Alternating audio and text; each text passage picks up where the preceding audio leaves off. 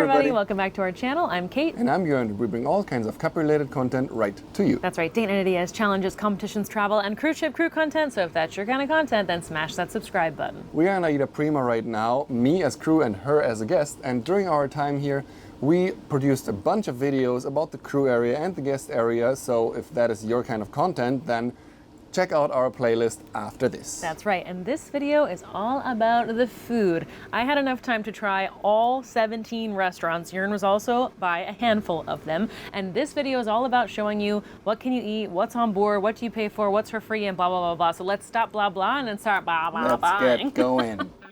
AIDAprima has 12 restaurants that they've split into 3 categories. And we're starting off our taste test at the buffet restaurants. There are 5 of them located on decks 6, 7, 8 and 14, and inside all food and drinks are included in your standard fare. Typically, all 5 of these restaurants serve breakfast, lunch, and dinner, but depending on the port schedule, that can change.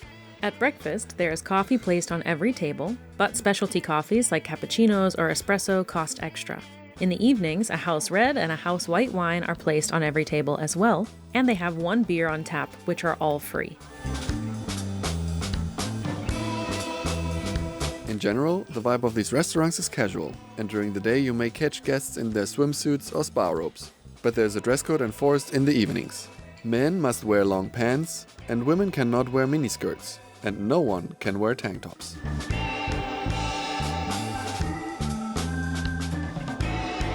Of the 5 restaurants, you get a good variety of foods. There's 1 Asian-themed restaurant, 1 Italian-themed restaurant, and 2 who boast a more varied diet, though the staples of which could be classified as standard German guest-approved foods, so meats and potatoes. The 5th buffet is more kid-centric, featuring burgers, chicken nuggets, and fries, and there's even a section of the buffet that is shorter so that the kids can serve themselves more easily.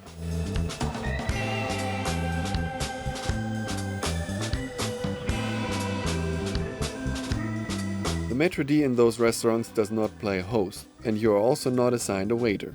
This also means there are no assigned seats. It's first come, first serve, so be prepared to search for a table. The waitstaff walks around the room and is there to help if you need a refill of coffee or wine, for example. But mostly their job is to bust the tables as plates and cups become empty.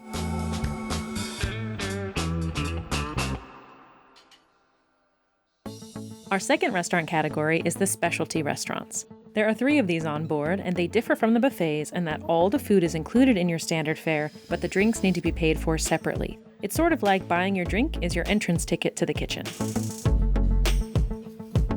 In each of these restaurants there's also a maitre d' who will seat you at a table, and you'll also be assigned a waiter.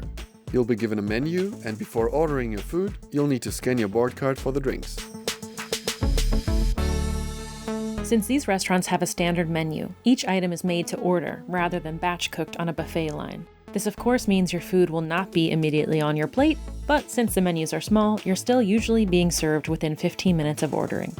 AIDAprima holds the Brauhaus, which is standard German-Austrian fare, think Oktoberfest vibes, the Casa Nova, which is Italian fare in a white tablecloth setting, and the French Kiss, which has its own oven for fresh baguettes and a lovely bakery section, though the macarons do cost extra.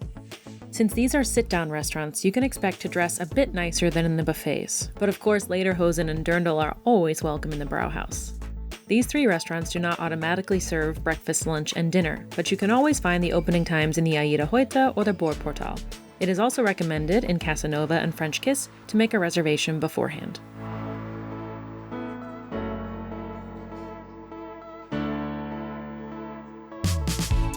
Now onto our third category of restaurants, the a la carte restaurants. There are 4 of these on board, and they distinguish themselves from the rest because all food and drink served there is not included in your cruise fare. And since they're the fanciest level of cuisine, they're not exactly cheap either. Once again, this category boasts a variety of cuisines. There's a steakhouse featuring Wagyu beef, a sushi restaurant where everything is made fresh to order, a vegan restaurant where everything is, you guessed it, vegan, and a 5-star restaurant featuring a 6-course gourmet meal and a daily rotating menu. Of course, with so much variety, you barely need the buffets anymore, and there are some guests who eat exclusively at these restaurants, but just remember, everything costs extra. There is of course a maitre d' at these restaurants and an assigned waiter. And here you can expect a higher level of service, like the kind that doesn't let you use a salad fork for pasta. And the only way to get a table here is to make a reservation beforehand, which we recommend to do already in the first few days because they do get booked out.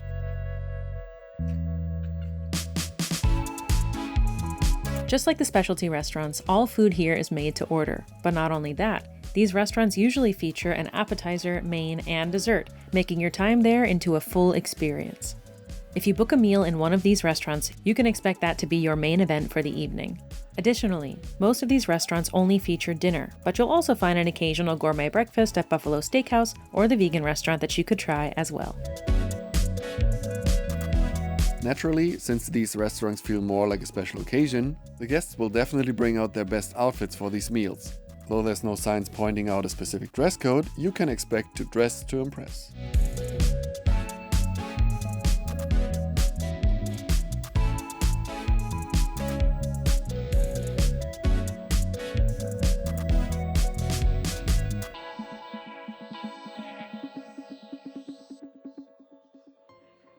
And our final category for this video is snack bars. There are also 4 of these, and they basically all have a different payment structure, so we'll break them down individually. On deck 6 you'll find the Tapas Bar, featuring many little plates of Spanish foods, you know, tapas, and a small dining room with 15 or so tables. Here all food is free, but the drinks cost extra, and they are open until 11 p.m, making them the second latest place to find food on board. Then we have the Scharfe Ecke. Here they only serve one thing, currywurst, but in both a meat and a vegan variety, and each wurst comes with a bread roll.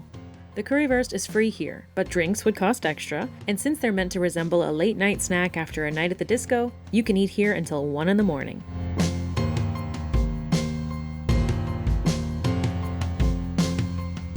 Down on deck 3 you'll find the Pier 3 market, which features a Starbucks. This market is also open very long hours, so whether you crave a snack in the morning or evening, you can usually find it here. All Starbucks drinks and all packaged snacks, including fruits and fresh-made sandwiches, cost money, but they always have a section featuring free cookies and pastries that you can enjoy without purchasing anything at all. And finally, on deck 7, there's an ice cream bar where you can get standard cones or scoops, or choose from a variety of sundaes or desserts from their menu, including Germany's infamous spaghetti ice. Here, all ice cream and drinks cost extra. So we hope we got you good and hungry and excited for your trip on AIDAprima. And if you don't have a trip booked, then at least you know all the options that could be there should you decide to book one day. Exactly, and if you want to know more about our life as crew on board of cruise ships, then like, subscribe and share all these videos to your friends because we want to see you in our next video. Bye. Bye.